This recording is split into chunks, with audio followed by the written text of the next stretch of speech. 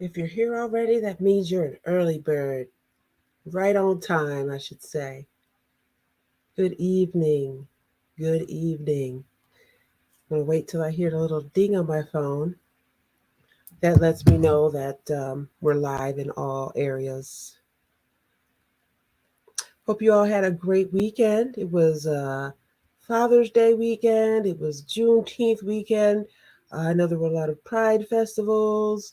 Hopefully, you had a chance to get out there and enjoy this beautiful, beautiful weather this past weekend. So, it's the start of a new week, and we know what that means. That's right, it's the Senior Pet Chat with Dr. Croom. Now, you might say, hey, what's this new background? What's going on over here? This is not the normal background. That's right. I'm in a special, super secret location. And it's one of the places where I feel the most comfortable. So come on in, come on in. It's Dr. Croom, and it's our Senior Pet Chat. Senior Pets.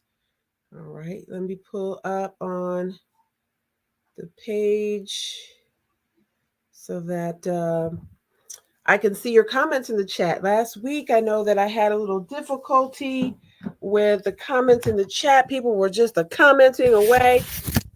And I was like, I don't see anything in the chat. I don't see anything. So this week, I am ready. Yep. I'm on my page, and all the other pages are here too. So let's talk about it.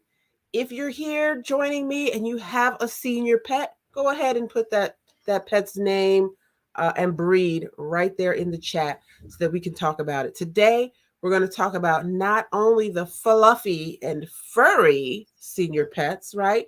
But we also know that there are quite a few people that have other senior pets that do not have any fur, right?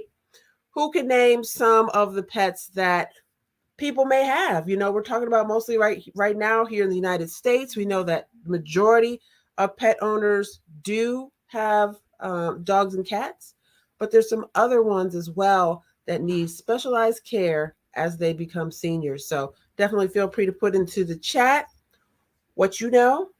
And if you've ever had a senior pet, go ahead and put their name and breed into the chat. All right, let's go ahead and get started.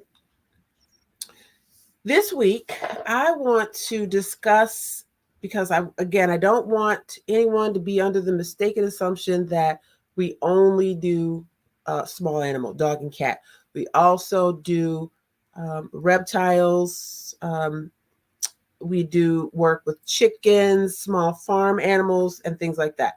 And all of these animals, they age at different rates. Okay, so again, we mostly think about dogs and cats. We're talking about that here in the United States, but there are other species that age that need specialized care. And I am here for it. Okay, so you can join me every week, 7:30, where we talk specifically about our senior pets. So great to see you. Hello, Misty Cantor. Great to see you. Yeah, so let's see. Why don't we start by talking about one of the breeds, one of the species that I actually have, which is a tortoise. That's right. I have a tortoise. Now, I don't have her with me here because I'm in my super secret special location.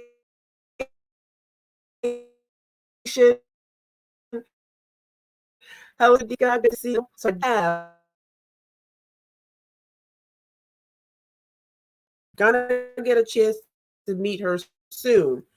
Some of the things that I've learned, the tortoise and turtles, those are one of my many young that has been the animal that I've been drawn to. And that is the animal that I have mostly found out in the streets and brought home. Turtles, tortoises. And if you know anything about turtles and tortoises, you know that okay, I'm going in and out. Let's see. Okay, well, I am on Wi-Fi, so hopefully I'm not going in and out too much. I'm just going to go ahead and keep it moving. Tortoises, it's blurry. Okay. Okay. Well, that's not cool either, but maybe that's just my signal. So tortoises are, they sometimes live longer than us. Oftentimes they do. If you are looking for a pet that you can put into your will, look for a tortoise. Look for a tortoise or a turtle, or maybe a bird, because they tend to live 30, 40, 50, 60 years, even more. Okay. So when we think about senior pets, one of the most hardy pets that seemingly doesn't need anything is a tortoise or a turtle. But as they age, those type of reptiles do need increased calcium.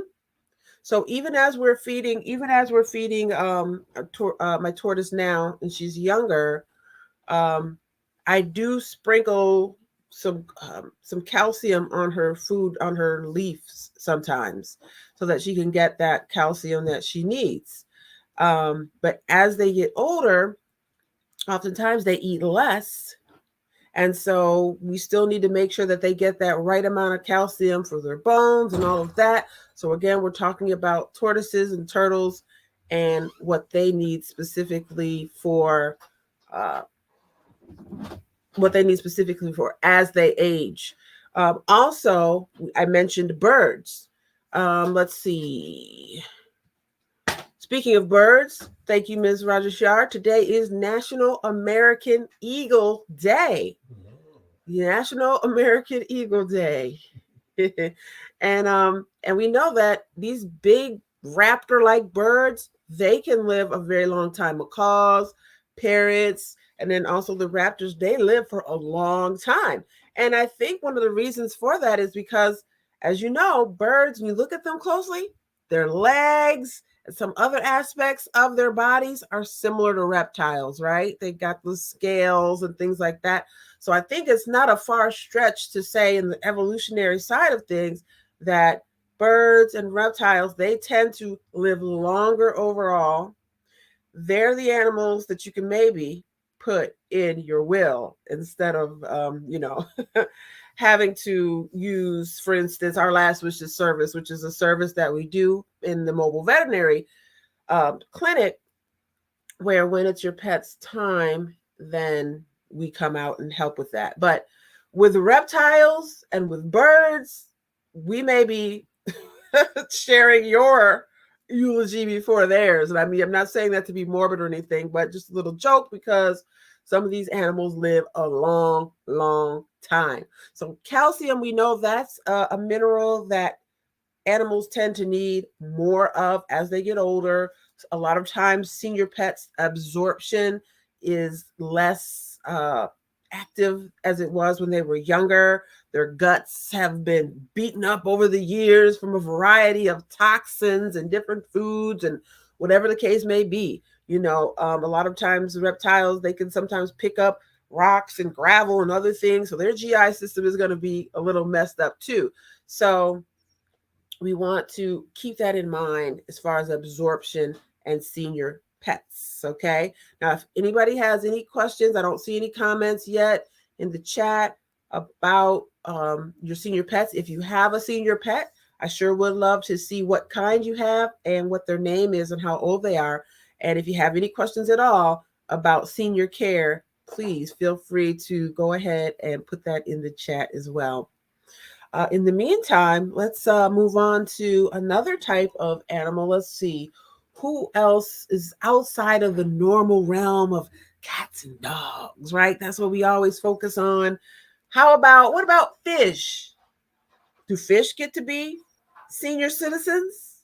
You know, who out here has had fish for any long period of time? And do you know of a certain breed of fish, a certain species of fish that tends to live very long? Put it in the chat if you do. I actually have not had a lot of fish, although we did grow up with a huge fish tank in the house. My dad has always had fish. And so I've always gotten to see them, but I do know that they can be very delicate. And so they probably won't last long enough to become senior fish. But do koi Do koi last longer? Now, again, remember, I don't know the answers to everything. Anybody out there ever had koi fish, and do they tend to live longer than regular fish? Again, we're talking about senior pets and various things that they're going to need because we love senior pets here. And so please go ahead and in the chat, if you have a senior pet, whether it's a dog or a cat or a tortoise, like we were just talking about, or a bird, put it in the chat so that we can discuss that. So yeah, so we've got cats, we've got dogs, we talked about tortoises, birds a little bit, and then fish. Don't know if they're going to really reach that senior status, but if you've ever had a fish longer than I don't really know how they age. I think that's the thing, you know. And again, this is one of the things that I teach my kids in the Future Vet program. If you have been following, you know, we've got another session of the Future Vet program coming up. And one of the things that I teach them is that even as a veterinarian, even as a full-fledged professional and a doctor, we don't remember everything all the time. It's okay to go look up some information in the book, right? So I don't claim to know everything about every animal. So any information that you have, feel free to put it in the chat about what senior animals would need. Let's see. Next, we can talk about birds. Birds are an animal that I have had quite a bit of an experience with. When I was young, I had two budgies.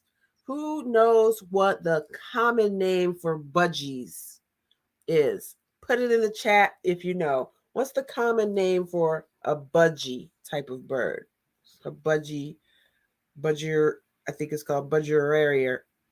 Budgerary. Who knows what we typically call those type of birds? They're common birds for in the home. They're small and they're really, really cute. And I had two. One was named Teo and one was named Ciao. And later I realized that those terminologies should have really been called Dao and Chow, but we won't go there. Teo and Ciao were my two budgies. So I don't see anything in the chat. So I will tell you what the answer is for that. No one wins the prize on that one. And that is parakeets.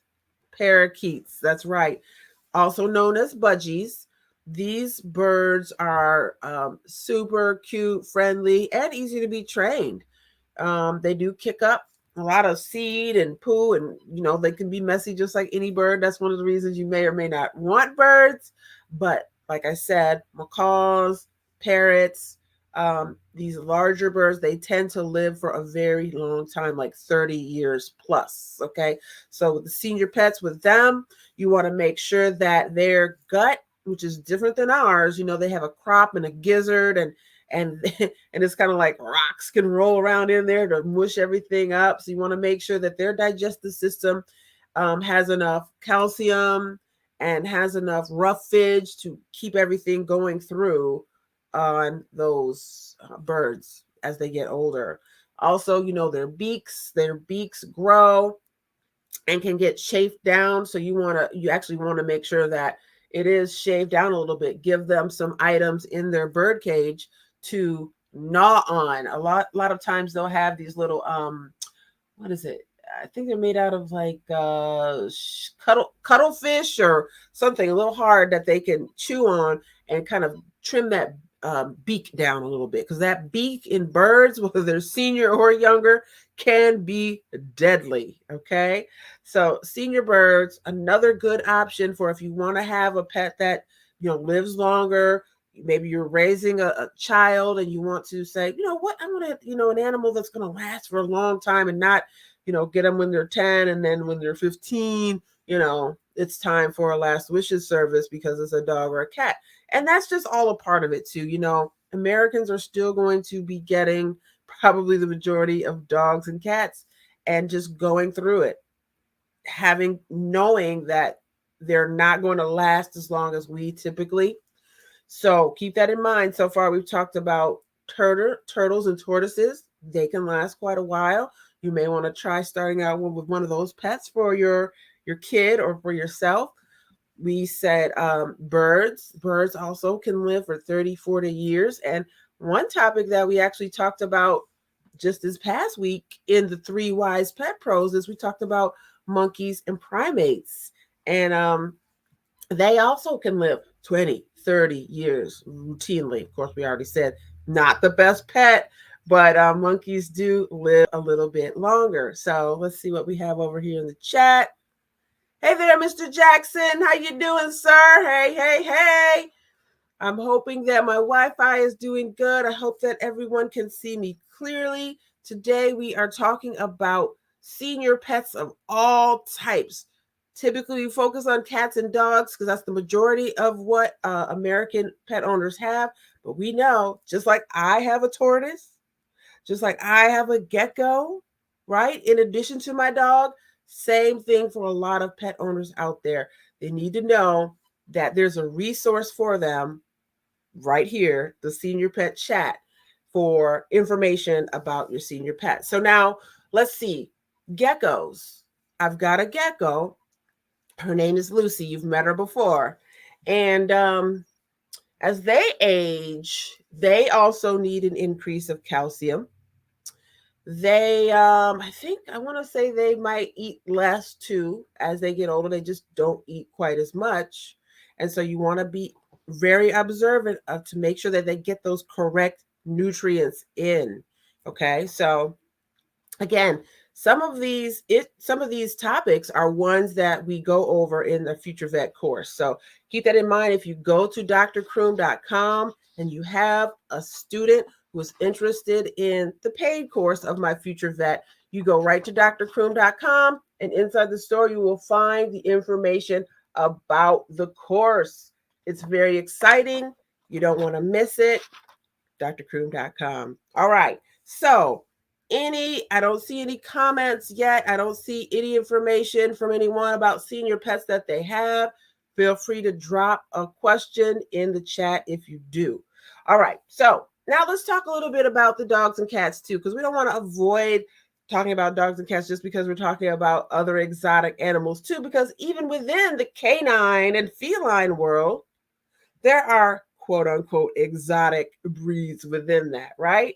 I mean, exotic, Frenchies and you got the Maine Coon type of cats. You got all kind of little different little breeds and species, even within dog and cat, that need special care as they age. Now, one of the things too, when we start talking about these different breeds, I've worked with a lot of bully breeders, and so we know that when you talk about the genetics and adding in new genes into the gene pool, that sometimes we humans can kind of get in there and mess things up a little bit, which means that as these pets age and become seniors, they're going to need some extra special help, a little bit more calcium and magnesium. Those two work together, as well as vitamin D. Same thing for us, right? I'm definitely getting up there in the senior years, and I need to make sure that my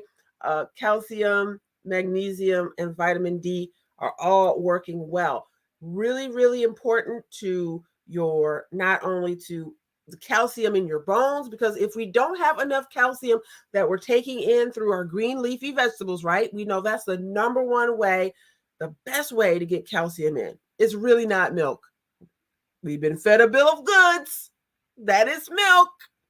But we don't need to intake, milk from another species to get calcium that we could get from green leafy vegetables. And that goes for all of your carnivores or omnivores in your family, okay? So we already know that the tortoises that we talked about, they enjoy the green leafy vegetables, right? But also your dogs and cats. Because out there in the wild, when they were out in the wild, they didn't just only get meat. They go for a kill and they get some meat, though they also find berries. And if there's no meat, they survive and they can eat fruits and vegetables. So you keep that in mind. So your senior dogs and cats, you could potentially put kale and mix it into, trim it up, and put that right into the soft food or into their meat.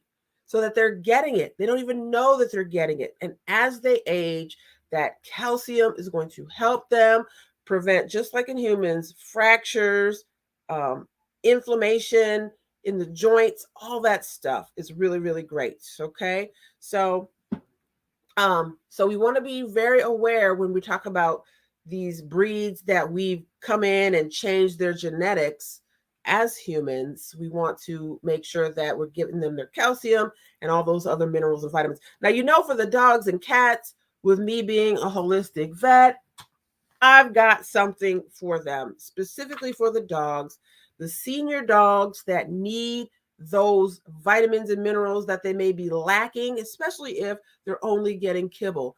We're not beating up on people that only use kibble. I do use kibble as well sometimes, but I do know that when I do use it, that there are going to be gaps in the nutrition there. So specifically for the dogs, I make sure mine has a multivitamin. You can find that on my website as well. But this has the calcium we were talking about. It has the magnesium we were talking about, the zinc, all of those vital minerals that senior pets need. So make sure that if you have a dog that's a little older and they're on kibble, or maybe they're having some health concerns, that you go on over to drcroom.com and look for the multivitamin. Excuse me. In the yellow container. This is what I use for my dog. I wouldn't steer you wrong. Okay. So now also one other thing that I want to mention, we've got about 7 minutes left. Again, if you have any questions or anything like that, put them in the chat. If you have a senior pet, I'd love to know their name and what kind of pet they are. One final thing that I will mention, we talk about senior pets. Again, whether it's cats, dogs, reptiles. For instance, I had a senior bearded dragon, And based on what they were feeding, the balance was off. And so he wound up getting gout. Now, we don't really hear about gout too much. I know sometimes in the human side, we can hear about gout being something where our blood supply is cut off. Maybe sometimes diabetics can get that because that blood supply isn't going to a limb. But with bearded dragons and other reptiles that have urea in their system, and they can take that in, and they have droppings like birds, excuse me, where it's kind of like the white part and the black part, and that has to do with urea. And if there's a overload of urea in animals like bearded dragons, they can get gout, uric acid.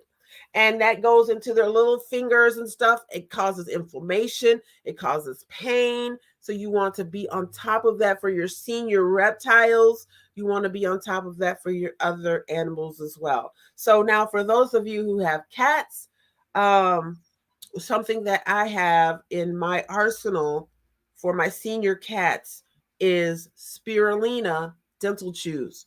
Now, if you're familiar with spirulina, you know that it's a superfood, and it not only will help your senior cat's teeth, because most people with senior cats are not brushing their cat's teeth every day, and therefore they're just eating and meat and kibble and all that stuff is getting up in there. Bacteria loves to multiply inside of a moist, dark, warm mouth. And then at night, your cat's sleeping and doing all that, those bacteria are just building up. So I'm telling you, if you know what's good for your cat, you're going to go over to my site and get those spirulina dental chews. Now, these are for cats, but they're also for dogs. Okay, so you want to check that out. All right, so we're just about done here. I didn't see any comments today. I'm looking on the other page too, so that I did not miss anything. I just want to, thank you for your time as I prepare to close out here. I just wanted to remind you of a couple things. The June is coming to an end. July is coming. Now, I'm a July 4th birthday. Don't tell anybody. The fireworks are all for me, people. But those fireworks do cause stress in not only dogs, but cats as well. So you want to make sure that you go on over to drcroom.com and pick up some CBD. Now, this is my flyer to just to remind you that this is a veteran-owned business. I am a veteran. I make my own CBD, and then it's third-party tested. So if you've got dogs or cats that get thrown off by the fireworks, loud sounds, thunderstorms, then you definitely know to go over to drcroom.com. Okay. And last but not least, I've mentioned this a couple times. We've got early bird pricing yet on the Future Vet program. You really don't want to miss out. This is our full-fledged Future Vet program that's back after COVID. Now it is virtual. You are not limited by geography. If your kid is interested in veterinary medicine, this is where they need to be. So you go on right on to drcroom.com. We even got a QR code here. If you got your phone out, you can go right there, but you can also go right to the site, into the store, and sign your kid up for the Future Vet program so that in the future, he or she can be in the same position that I'm in. I was so blessed to have parents who were able to send me to this and send me to that and be on the lookout for exciting events that really guided me to becoming a veterinarian. Because you have to do something as a parent too. You see your kid, they're out there, they're always with the animals like I was, or they're always with their nose in a book, right? Maybe a little shy. Some of the characteristics of myself and that I sometimes see in other future vets.